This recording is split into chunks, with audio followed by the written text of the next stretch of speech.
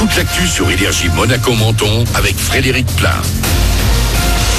Bonjour, encore pas mal de grisailles, mais aussi quelques éclaircies plus généreuses normalement que ces derniers jours pour ce mercredi sur Monaco et la Côte d'Azur. Un peu de pluie sans doute encore aussi cet après-midi du côté de Tende notamment. Au thermomètre, la douceur reste présente, 20 degrés au max et 14 de relevé actuellement sur le littoral à Menton notamment. Un match de fou et une victoire sur le fil. L'AS Monaco jouait hier soir sa première finale Eurocup de basket à Gaston Médecin à huis clos face à Kazan.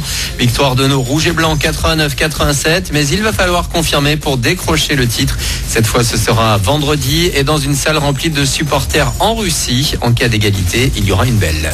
Piquer le plus vite possible et le plus de monde, c'est le but de la France dans cette course contre la montre face à la Covid et ses variants. Le ministre de la Santé n'exclut pas d'élargir la vaccination aux plus de 50 ans plus tôt que prévu, avant la mi-mai donc, car dans certains centres, il y a pas mal de créneaux de libre. 7353, c'est le nombre de morts depuis le début de la pandémie dans la région sud Provence-Alpes-Côte d'Azur. Ce sont les 80-89 ans qui représentent la plus grosse partie. Et malgré une flambée du taux d'incidence il y a encore quelques semaines, ce n'est pas dans les Alpes-Maritimes mais dans les Bouches-du-Rhône qu'il y a eu le plus de décès, département plus peuplé. Vous avez plus de détails ce mercredi dans une double page du quotidien Nice Matin. Le déconfinement à Monaco, il se fait tout en douceur, alors que depuis une semaine, les restaurants peuvent à nouveau servir le soir. Les clients sont peu au rendez-vous. C'est sans doute notamment dû au fait que seuls les résidents ou clients d'hôtels peuvent s'en profiter. Les hôteliers espèrent que leur service pourra bientôt démarrer plein pot avec le Grand Prix de Formule 1 dans moins d'un mois.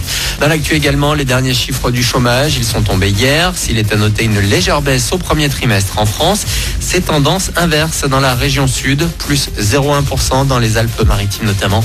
Près de 75 000 personnes sont à la recherche d'un boulot dans notre département. La solidarité pour les vallées sinistrées. Le maire de Breil-sur-Roya hier reçu 2 véhicules remis par l'État monégasque, une voiture et un scooter. Sébastien Larence est dit très touché par ce don, alors que de nombreux véhicules ont été emportés en octobre dernier par la tempête Alex. L'auto devrait être utilisée par les services administratifs et la police, et le 2 roues par des agents du service technique. C'est son train-train quotidien. Bastien, mentonné de 19 ans, ne se contente pas en temps normal de faire bon usage de la SNCF pour rejoindre son lieu d'études à Antibes. Il est également passionné de trains miniatures, comme on l'a souvent été gamin à un moment. Il a décidé il y a quelques années de ressortir ses locomotives d'enfance pour mettre en valeur sa ville notamment.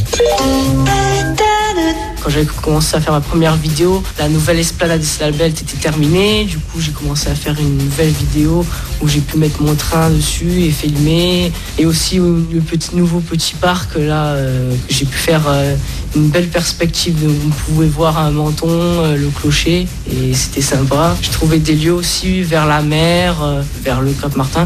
Mais bon, après, j'espère que par rapport à cette crise sanitaire, ce sera amélioré et je pourrai de nouveau ressortir un peu plus loin pour faire ces nouvelles vidéos. Et que ce serait pas mal aussi, ou même imaginer dans le palais du prince.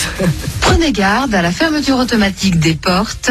Attention au départ. Et vous pouvez découvrir Menton bien plus sous un autre angle avec ces vidéos. C'est très bien fait, hein. Il y en a une vingtaine actuellement. Sa page YouTube, c'est Bastoun's Train. Voilà pour votre actu. Bon réveil avec Manu.